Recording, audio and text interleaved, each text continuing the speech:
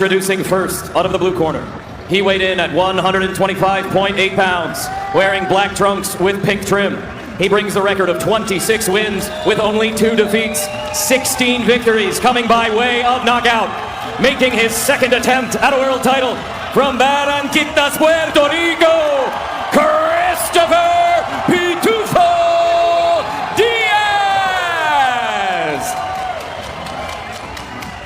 Introducing out of the red corner, presented in association with Zanfer Promotions. He weighed in at 126 pounds, wearing black trunks with white trim. He brings a record of 33 victories, only 1 defeat, 28 of those victories coming by way of knockout. He is the former junior featherweight champion of the world. He is the reigning, defending WBO featherweight champion of the world from San Juan Zitaltepec, Mexico, Emmanuel Vaquero Navarrete! All right, 6 seconds, come on in. Caballero, acuérdense, dimos la instrucción en el camerino, me obedecen y se protegen en todo momento. Aquí el golpe está bien, el golpe está bien. Una pregunta, toquen los guantes, salimos de la campana. Well, Mark Rico said it earlier. He said this is a fight that shouldn't just be framed by their nicknames, Vaquero and Pitufo, Cowboy against Smurf. Bigger labels here. Diaz has to find out at his absolute best, can he earn a crown? Can he carry the label of world champ? And for Navarrete, it's legacy and potentially upward. He's boldly already talking about carrying 130 pounds and becoming a 3-division champ. Massive business to handle, and it begins now. Tim Bradley, what are you looking for early?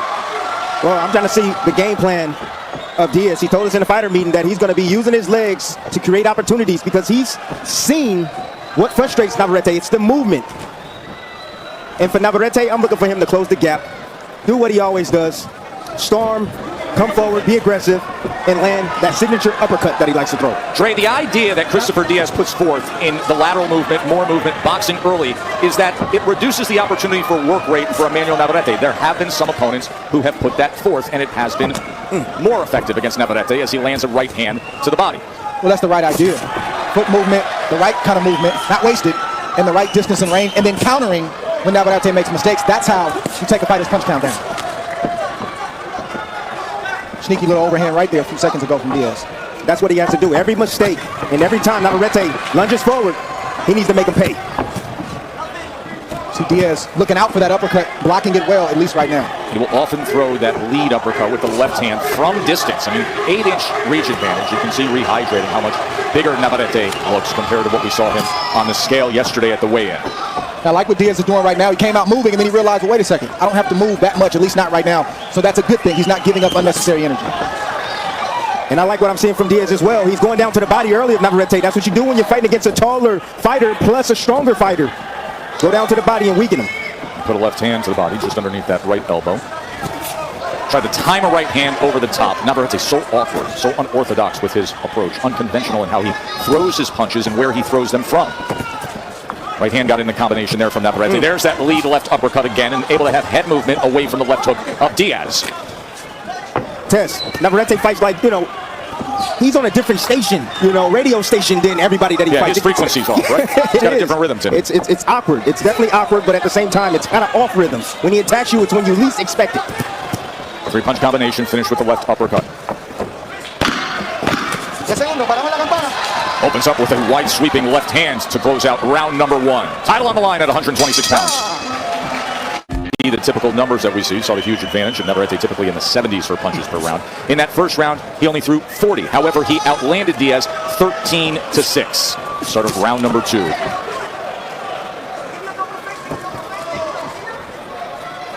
I think Diaz did exactly there it is. What you're supposed to do when you're facing an awkward fighter. You don't get awkward with them. You stay composed.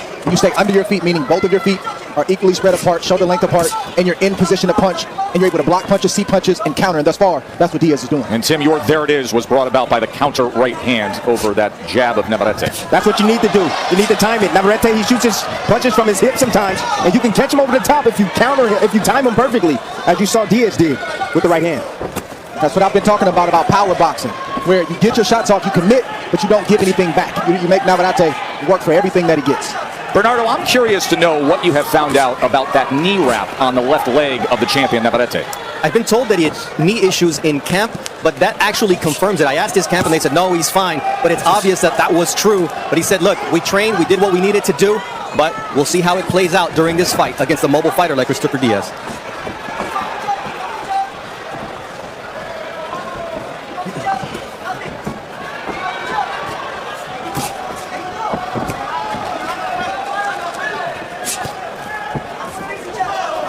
See, I love the eyes of Diaz. Every time he makes a move, he's thinking about defense afterwards, because Navarrete, he will attack you after you work some offense.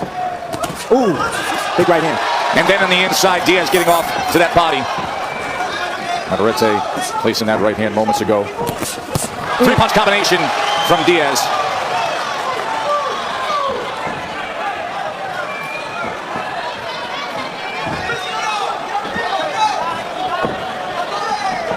Nice feint right there. See what he can draw out of it next time. Diaz tried to feint the jab and come around with that hook, but he just missed.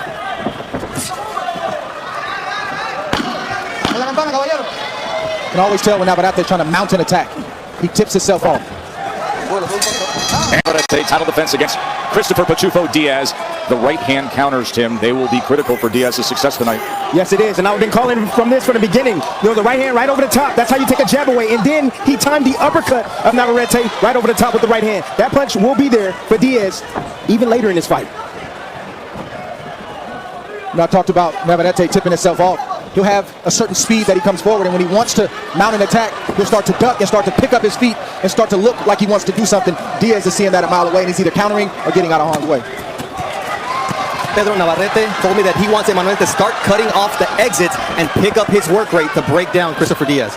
Not as many exits when you're 18 by 18 inside the ropes. He's pressing a little more with the attack here in the first minute of round number 3.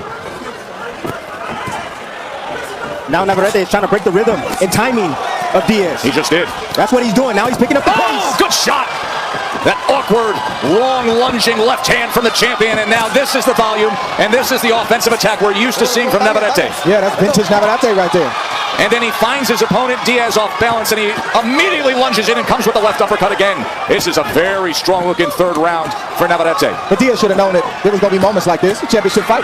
Navarrete's not going to just lay down. You're going to have to go through some fire if you want to get this win. Now let's see if Diaz can change or mount his own attack. Maybe change the game plan a little bit. One of the things that you can do when you have a fighter like Navarrete that gets off and gets going, you got to tie him up, break his rhythm. That's what you do. You don't want him to work, tie him up. It's a part of boxing.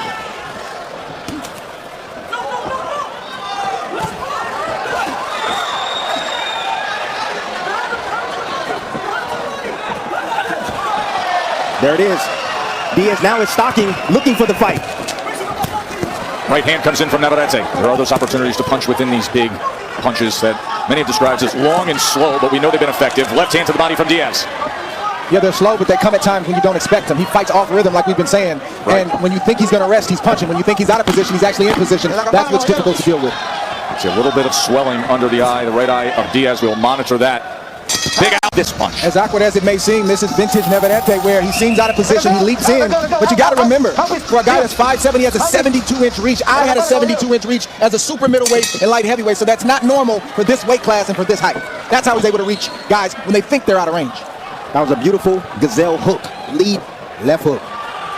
26-7 connect advantage. 25 power punches out of 54 thrown in that third round. Solid round for the champ.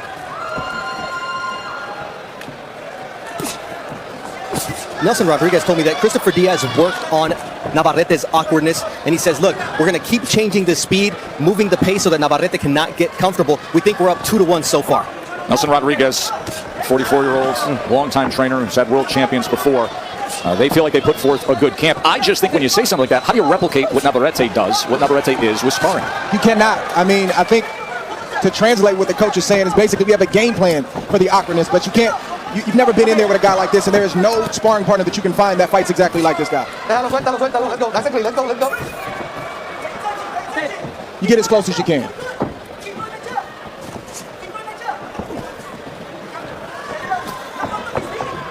Trying to sweep to that body with the right hand.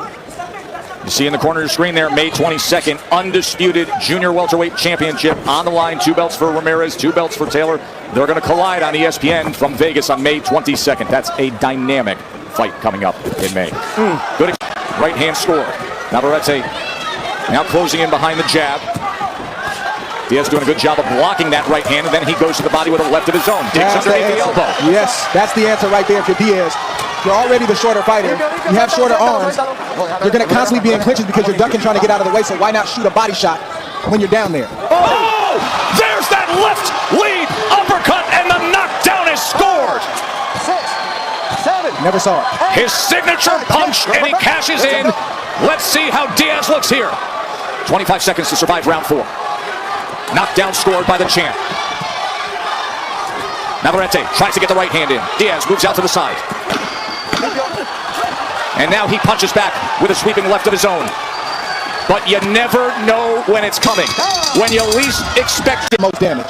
And how about the angle from that neutral corner camera right at the level of the canvas? Spectacular work from Navarrete. 10-8 round scored in round number 4. Navarrete just had one single shot. 54-33 total connect advantage for the champion. Tried it again, right there. See, a lot of people think that Navarrete don't have an IQ.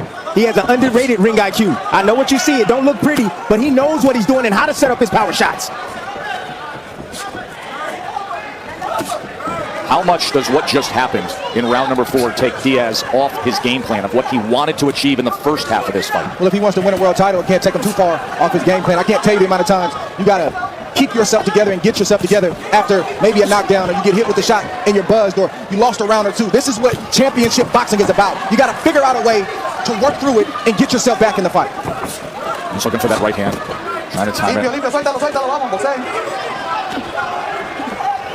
Well, you look at Navarrete's body right now. You look at his size, you look at his frame, his length, his reach, and you just shake your head and say, how in the world did this guy make 122 pounds? How? We asked him if he had a nutritionist. He said, no, I don't like those. He said, I want to eat what I want to eat. He said, in fact, I eat food from my town, and if I don't feel comfortable. I respect it. No. Limpio. Sit back, no tiren. Let's go. He's the one that brought it up to us. We didn't ask him about what his future holds. He started asking us about matchups at 130 pounds. Diaz looking to place that left hand between Navarrete's non-stop attack here in round 5. Good stuff here. Final minute of round 5. It's about to turn into a fight. Earlier than expected. Diaz said he wanted to box, he wanted to use movement early, and then second half of the fight, let it go where it needs to go. We're in round 5. He also said that if he feels like the fight is starting to slip away, he's going to go for broke. I don't think he's quite there yet, but you see Diaz taking some shots and trying to take advantage of some opportunities. Which is exactly why I asked you, Dre, how much did that uppercut, putting him down in the 4th round, alter the early game plan? You start to get the answer as he comes ahead with a 3-punch combination. Night where they've had a lot to roar about. Silver Spurs Arena, Kissimmee, Florida. A sellout crowd of what's been allowed with the COVID protocols. Round number 6 of our World Championship fight. WBO featherweight title on the line. Navarrete's first defense at 126 pounds. A taller, longer champion in the black trunks scored the knockdown in round 4 against the local favorite, Christopher Diaz. He has a 71-43 connect advantage, does Navarrete. Diaz right now is doing the right thing, trying to get into the body of Navarrete. He understands that when he hits him down to the body, he doesn't work. He doesn't work as much as he does from the outside. Get down to that body. Yeah, I think that's the wrinkle for Diaz.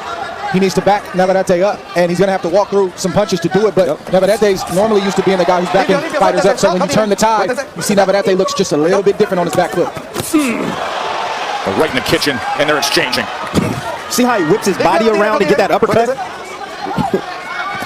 Straight rotation right there from Navarrete to be able to still just shift his body to throw that uppercut right in the midst of fire. Get that. Oh. That's the answer for Diaz. The body work. Navarrete's a pro, so he won't show it on his face. No. But trust me, he's feeling those body shots.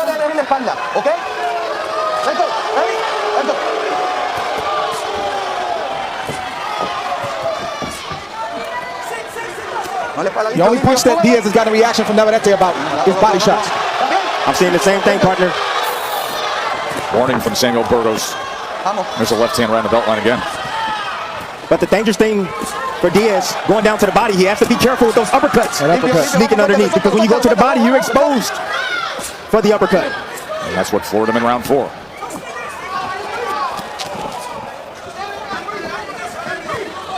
Navarrete's got to find a way to get Diaz back on his back foot. Looks like a different fighter backing up. And did you see that left hand that he just threw? Good combination from Diaz. It looked like the body shots are starting to affect him right now. Navarrete tried to sell it. He did. He looked at the ref. Ref said that was good. Let's go. Landed a fight-high 14 total punches. Listen, Tess, Diaz is going to have to play Russian roulette in this fight. You know, the weakness of Navarrete is in the inside. He has to get to the body. But like I said, he's exposed for the uppercut, as you can see right now. No, that body shot was good right there. Very good exchanges to open up round 7. Oh, he just missed on that right hand over the top of the left of Navarrete. Navarrete has come out throwing combinations. Now on the inside, Diaz, the shorter man, shorter arms, has to get to work when he's there. Both men opening up. This is taking on a really good tone, isn't it? Good pace here as they are just throwing. This is not the fight that Diaz wanted, but this is the fight that Diaz has to fight. There's always a wrinkle. There's always an opening for your opponent. Nobody's invincible, and Navarrete's weakness is going backwards and on the inside. Doesn't mean he won't punch, but he's vulnerable. Diaz has to fight this kind of fight if he's going to give himself a chance to win. Dre, you mentioned it in round 5 that he had said if it gets to the place of desperation, he'll fight to the level of desperation. But sometimes the game plan A doesn't work. Right. You got to be flexible to make in-fight adjustments. Those that do, oftentimes go on to win. Those that don't, they typically lose. He's trying to time that right hand. Uh-oh. Remember, he got the warning for this earlier. Oh, boy.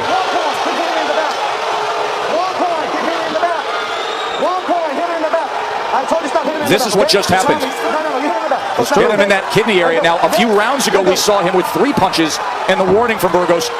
So a point deduction in round number 7. There's already a 10-8 round banked with the knockdown. Now the point deduction here. Diaz has to hit the gas pedal. You're in the corner of Diaz. You got to tell your fighter, plan A is out the window. Keep a tight defense, and you got to fight fire with fire. That's how Diaz can win this fight. Look at this stuff. He can't outbox Navarrete. No, he cannot. Ring too small for that. And Navarrete cuts off the ring very, very well. And his arms are too long.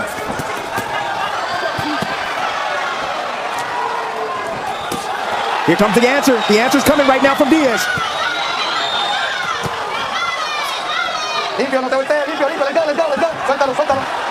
See a little bit of blood from the nose of Diaz. They've been trying to take care of some swelling that showed up earlier just above the right eye. Reaching with that right hand. Oh, there's that uppercut. 2-punch combination from Navarrete. Tried to wrap around the left hand under the right elbow as well. Navarrete cool under fire. A lot of action here in round 7. A lot of action. That 7th round saw high punch outputs for each man. Navarrete landed 28 of 83. Diaz 20 of 78. Remember, there was the point deduction for hitting in the back.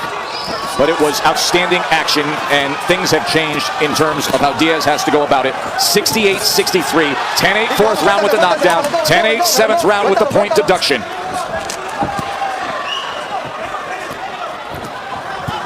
Nelson Rodriguez is the trainer of Christopher Pitufo Diaz, the title challenger here, the hometown hero for these fans. And he said to him, don't wait for the referee, you just keep punching. Just keep punching. This is what we've trained for, this kind of a war. Navarrete is sitting back, he's looking for the uppercut, that's what he's looking for. He's looking to line one up, vicious uppercut on Diaz. Diaz took an angle, tried to place the left hand, going off to the right. Test the body work of Diaz is paying good dividends. You can see the effect, you see the lows and offense from Navarrete. See if Diaz can get back to it. Can target that belt line. Here's the lead left uppercut. That time it was blocked on the inside. 4-punch combination from Navarrete. Diaz has to take those steps forward, and he does. Uppercut in the midst of it, and he goes down again. Beautiful combination from Navarrete.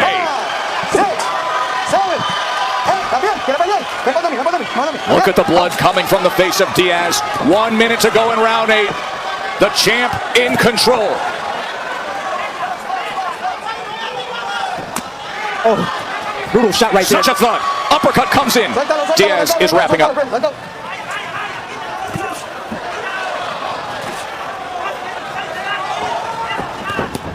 Navarrete. Straight back goes Diaz, and coming forward like a freight train comes Navarrete. Second knockdown scored of this 8th round. Bloodied, battered, damaged is Diaz. You gotta leave it all out there, Tess. He gotta fight. He's going for broke. Throwing it all out there while taking extreme. Tomorrow. Right now, there's only the start of a 9th round. Or can Diaz take? He was hurt badly in that 8th round. Down twice. Navarrete landed 28 power punches in that 8th round. His high total so far in this fight. Navarrete coming off a round where he had a lot of offensive output. He'll probably try to take this round off and land something sneaky. He's recharging, Dre. That's what he's doing, recharging.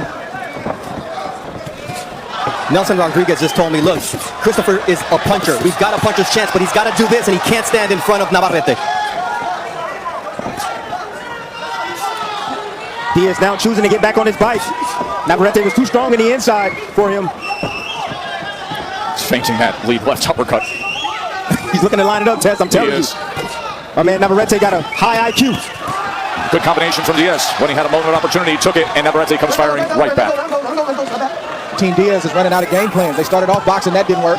They went inside, that didn't work. And now Coach Nelson Rodriguez is calling for his fighter to go back outside. Navarrete has had an answer for everything that Diaz has tried to do. Everything. He has scored 3 knockdowns tonight. It's nights like this where you come to grips with how bad you really want it. I don't think it's a desire thing with Diaz. It doesn't have any answers. Oh my goodness. It's Look at this combination. Just doesn't have any answers. It's that offense, Dre. That's what it is. That offense. That's heavy leather right there. Throws himself off balance. Knocked himself down. Throws himself off balance just by the roaring wave of offense that he produces. Remember, Bernardo talked about the damaged knee in training camp, and you see him wearing that brace, so who knows how his support is when he does get thrown off to that left side. Got to keep an eye on that. Diaz with an opportunity and placed a right hand in the midst of those punches. He's got heart. You look at his face, and you look at what Mike Basil, the cut man, had to deal with after that 8th round. And he comes out and still is game. We heard the champ's cousin, his trainer, 39-year-old Pedro Navarrete, who is a former pro fighter himself, pro fighter who suffered 22 losses in his career, but he's been a very good trainer with his cousin. Say, how do you feel? And the champ just gave his cousin a smile. It's also very discouraging for Diaz, who's known as a good puncher. And he's landed flush shots on Navarrete to no avail. He's got no reaction from Navarrete except when he's gone to the body.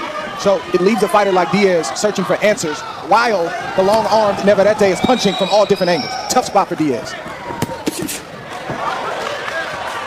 Andre's card is dotted with damage to Diaz. The 3 knockdowns, you got a 10-7 8th round with 2 knockdowns there. 10-8 4th round with the knockdown there. 10-8 7th round with the point deduction for hitting to the back. 88-79. So what you're saying, Tess, is that Diaz needs a knockout to win this fight. And how?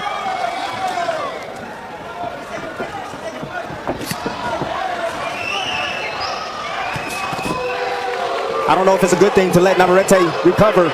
Got a couple more rounds, and I'm sure he's going to get real busy with those hands in the next couple of rounds. Just pulled the trigger with the right hand up top, and Navarrete just got away from it. Hands were down, and that left hook came in. Navarrete got a chin on him. What did he say to you when we met with him yesterday about not being hurt? He said he's never been hurt. He's never been down. And he's a young guy. You know, he can take a lot.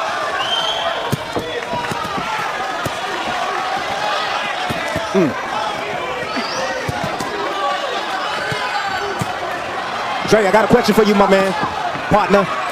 Can anybody at 126 right now beat this fighter that we're seeing right now in Navarrete? It's a tough guy to beat, Tim. It's a tough question. Tough question to answer right now, but he's going to be a tough out for anybody. He's going to be a tough out for anybody. And I like what Navarrete said. It's something I always said in my career. He said, if I get beat, it's not going to be easy. Dre, I'm going to go on record and say that there's no one at 126 pounds, if he finishes this fight on his feet, can beat Navarrete.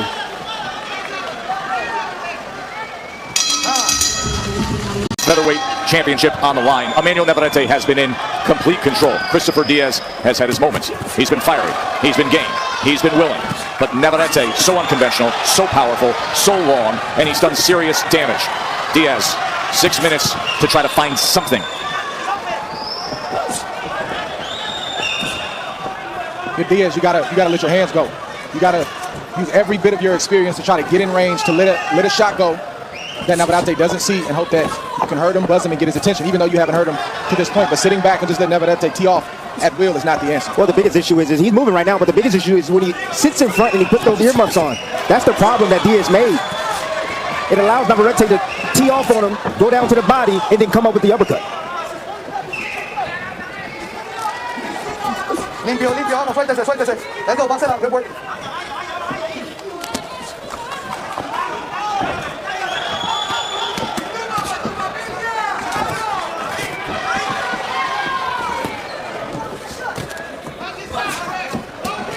See, the biggest thing about inside fighting, a lot of people don't really understand is that positioning is very important. And the most important thing is your head positioning, where you keep your head. If you keep it in the middle, it's going to get knocked off. If you keep it off to the side, you're in a safer place than keeping it directly in the middle. See the blood coming from the nose and mouth of Diaz? Limpio, limpio, muchachos, suéltese, vamos, suéltese. Looks like a beat-up fighter. Test. He took huge damage in that 8th round. Huge damage. Just got hit with 3 punches on that same nose. Test. He's absorbed 202 punches, 186 of them are power shots from a powerful featherweight.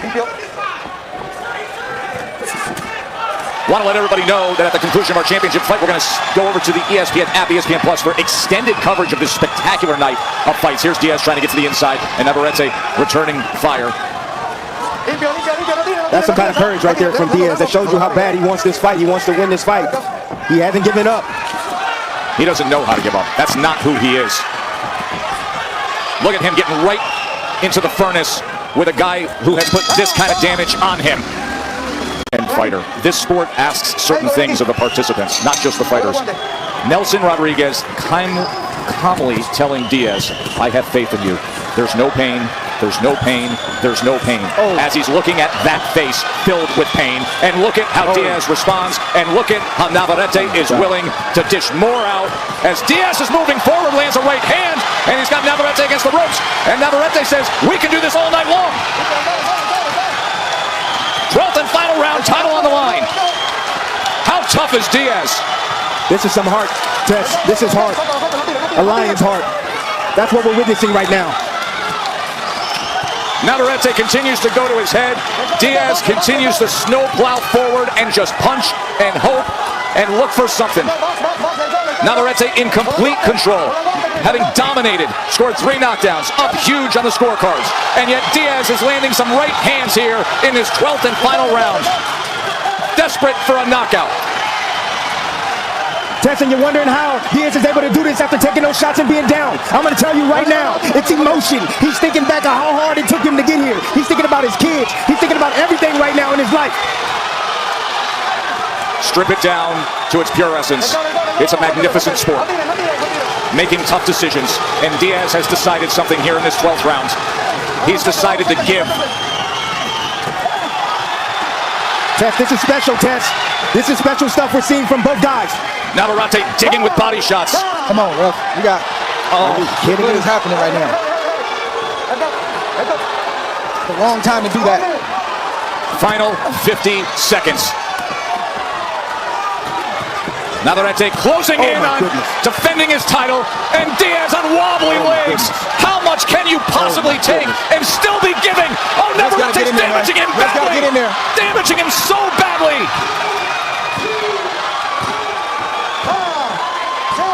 That's it, fellas. Gotta be it. You don't need to go anymore. That's it. He just ragdolled him. It's over. They're up on the apron. The fight is over. You cannot possibly give more than what Diaz just gave, yet take more. Navarrete, sublime, superior performance, and the champ raised up high, defending his title. Just beautiful in every way. Beautiful fight. As lopsided as it was. That's what the sport should look like. That's how a 12th round with a title on the line should be contended.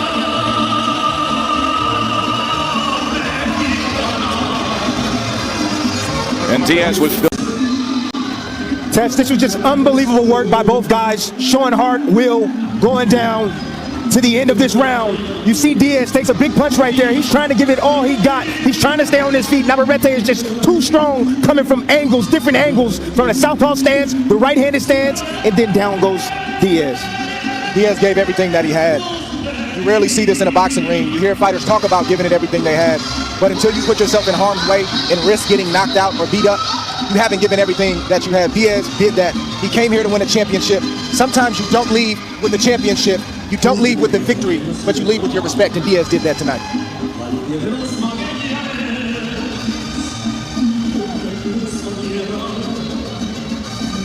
#49 of round number 12.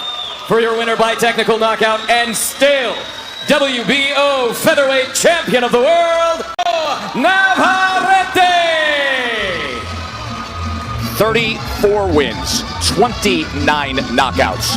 Two-division world champion.